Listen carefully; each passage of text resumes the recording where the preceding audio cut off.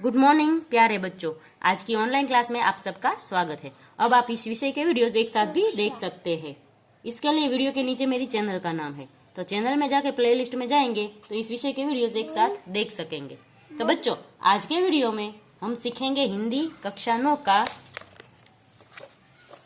पाठ नंबर 11। पाठ का नाम है एक यात्रा यह भी, और लेखक का नाम है रामदरस मिश्र। तो एक यात्रा यह भी एक है, लेखक जहाँ यात्रा के लिए जाते हैं घूमने के लिए, वहां पर वह एक रिक्शा वाले से परिचित होते हैं। रिक्शा वाले का नाम होता है मोहन। तो मोहन है वो उसको घुमाता है और फिर छोड़ने आता है। उसके साथ ऐसा नजदीकी संबंध बन जाता है कि लेखक है वो उसे आज तक याद रखता है, उसे भुला नहीं पाता है। मैं बहुत यात्रा भीरू हूं। यात्रा भीरू यानी यात्रा से डरने वाला।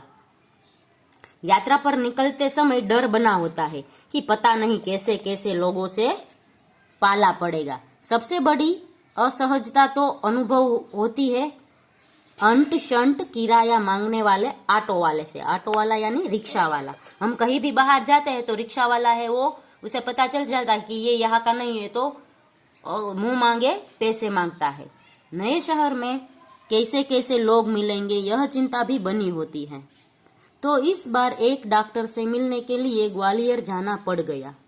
पत्नी साथ थी, इसलिए आश्चर्यचकित बनी हुई थी।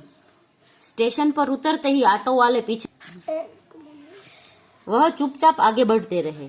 एक नवयुवक ऑटो वाला साथ लग गया। हम कुछ बोले भी ना आगे बढ़ते रहे कि उसकी आवाज आई, बाबूजी आप आखिर कहीं जाएंगे ही तो, और ऑटो करेंगे ही तो फिर मेरा ऑटो क्यों नहीं। उसकी जिद और आवाज में कुछ ऐसा आकर्षण महसूस हुआ कि मैंने स्वीकृति दे दी। वह प्रेम भरी बातें करता रहा और डॉक्टर के यहाँ पहुंचा दिया। उसके द्वारा बताए वांछित पैसे देकर, वांछित यानी ऑटो वाले ने जितना किराया कहा था उतना देकर डॉक्टर के घर की काल बेल बजाई। ज्ञात हुआ कि डॉक्टर ने क्लिनिक की जगह बदल दी है। ऑटो वाला बिना हमारे कहे हमारा इंतजार कर रहा था, हमें नई जगह पर पहुंचा दिया। मैंने पूछा, फिर किराए पैसे दे दूं? बाबूजी जो इच्छा हो दे दीजिए, वैसे डॉक्टर के घर से यहाँ तक का किराया तो अतिरिक्त हो गया है। उसने पूछा, बाबूजी यहाँ से कहाँ जाएंगे? मैंने होटल का नाम दिया और कहा, भाई तुम जाओ, यहाँ देर लग सकती है। वह कुछ बोला नहीं। हम डॉक्टर के पास चले गए। घंटा भर बाद निकले तो वह वहीं खड़ा था। अब हमें महसूस होने लगा कि यह ऑटो वाला कुछ और है। वह हमारे भीतर घर करता गया। होटल पर छोड़कर उसने पूछा, फिर कब आऊं? यानी आप शहर घूमेंगे फिरेंगे ना? आपको जहाँ जाना होगा ले जाऊंगा। वैसे यहाँ तक है, कल शताब्दी से लौटेंगे, तो आपको घुमाने के लिए कब आ जाऊं? भाई आज तो थके हैं, आराम करेंगे, कल घूमेंगे। ठीक है बाबूजी, यह रहा मेरा मोबाइल नंबर, मुझे फोन करके बुला लीजिएगा। अरे तुमने अपना नाम तो बताया ही नहीं। मोहन। मोहन अच्छा नाम है। दूसरे दिन घुमाने का कार्य शुरू हो गया। वह बहुत प्रेम से एक के बाद एक स्थान दिखाता गया। मुझे बाबूजी और पत्नी को अम्मा नाम से संबोधित करता रहा। घुमा घुमा कर होटल पर लौटे तो चाय पीने के लिए उसे भी कमरे में बुला लिया। वह बहुत संकोच से साथ आया। चाय पान के साथ हमारी पारिवारिक वार्ता शुरू हो गई। पत्नी ने पूछा, बेटे तुम ग्वालियर के हो? नहीं अम्मा, मैं मूलतः आगरा का हूँ, यहाँ आना पड़ गया। हमें लगा कि यह कहते कहते कुछ भर आया है, इसलिए चुप रहे। लेकिन वह स्वयं बोलने लगा, आगरा में अपना घर है, माँ बाप तो बचपन में ही गुजर गए। बड़े भाई ने मेरी परवरिश की, भाई वकील है, मैं भी बीए पास हूँ। कोई नौकरी खोज रहा था कि एक चुप्पी सी छा गई। हमें लगा कि इसके साथ कोई अवांछित घटना घटी है। उसे छेड़ा नहीं, किंतु उसने फिर कहना शुरू कर दिया, मैं नौकरी की तलाश में इधर उधर भटक रहा था। एक दिन भटक कर लौट रहा था कि रास्ते में एक परिचित लड़की मिल गई। बदहवास थी, घिघियाती किसी हुई, बोली, मोहन मुझे बचा लो। क्यों, क्या हुआ? मेरे माँ बाप एक अधेड़ के साथ मुझे बेच रहे हैं। मैं कुएं में गिरकर जान दे दूंगी, किंतु यह खुसट अधेड़ के साथ नहीं जाऊंगी।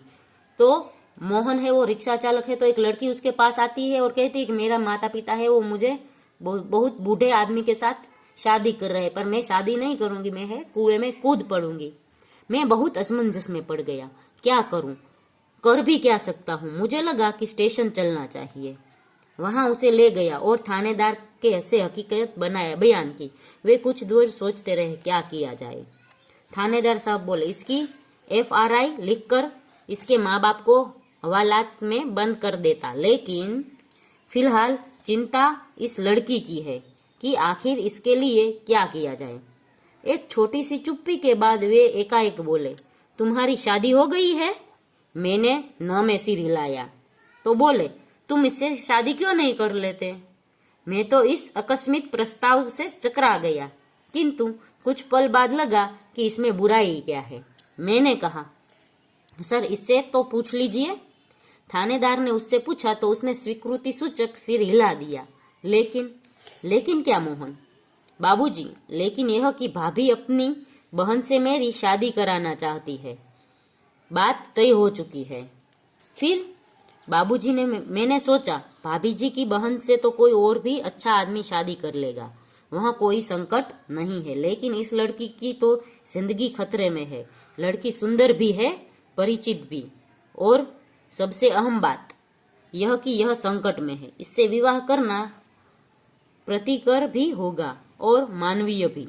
लेकिन हाँ, अब समस्या यह है कि विवाह एकदम तो न हो पाएगा। यदि लड़की घर गई तो फिर वही बेच दिए जाने का संकट। मैं साथ ले जाऊंगा तो भैया भाभी तो नाराज हो गई। इसके माँ बाप मेरे ऊपर लड़की भगाने का केस कर देंगे। जब मैंने थानेदार के सामने यह समस्या रखी तो वे बोले, कुछ दिन के लिए इसे नारी निकेतन में रखवा देता हूँ। लड़की से माँ बाप खिलाफ शिकायत लिखवा कर लेता हूँ। 15 दिन बाद उन्होंने मंदिर में जाकर शादी कर ली। मैंने कहा, मोहन ऐसे थानेदार कहाँ होते हैं? मुझे तो इस घटना पर विश्वास ही नहीं रहा है, लगता है कथा सुन रहा हूँ। आप सही कह रहे हैं बाबूजी, लेकिन यह थानेदार कवि भी है। कवि सम्मेलनों में कविताएं पढ़ता है और इसकी कविताएं मानवीय संवेदनाओं से भरी होती है। हाँ, तब ठीक है भाई, हर क्षेत्र में कोई ना कोई मसीहा दिखाई तो पड़ ही जाता है। हाँ, तब यह कि मेरे भाई भाभी मुझसे खफा हो गए और हमें घर से निकाल दिया। एक तो मैंने उनकी साली से शादी नहीं की, दूसरी जिस लड़की से की वह किसी और जाति की है। तो तुम लोग ग्वालियर आ गए? हाँ बाबूजी, आगरा में हमारा निवाह होना कठिन था। पराये शहर में भले ही कोई अपनापन ना हो, किंतु यह परायापन उस अकेलेपन से अच्छा है ना, जो दिन रात अप्रीतिकर व्यवहार बनकर तन मन को उद्विग्न करता रहे हैं। हाँ, सही कह रहे हो। तो यहाँ कोई नौकरी तो रखी नहीं थी, बस आटो का दामन थाम लिया और उसी से सहारे चल रहा हूँ।